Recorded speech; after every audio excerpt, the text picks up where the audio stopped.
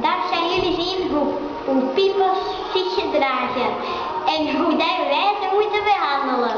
Hopelijk vinden we er een paar in het huis, maar ik hoor al aan een feestje, dus daar zullen ze wel zijn. Kom. Ze zijn vast aan het vijven of zo. Ga snel naar boven. Ik denk dat we een stelletje piepels hebben gevonden. Een stelletje? Hopelijk zijn het er. Ja. Snel achter het doek.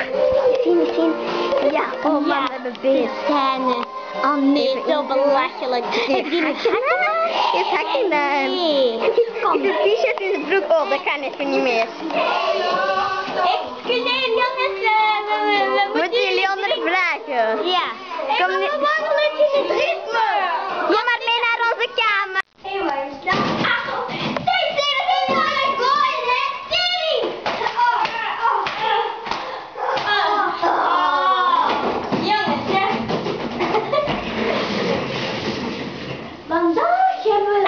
Vandaag hebben we geleerd over piepels hoe wij hun gedragen. Uitgerekend. 3, 2, 1. Jongen, dat is niet leuk, hè?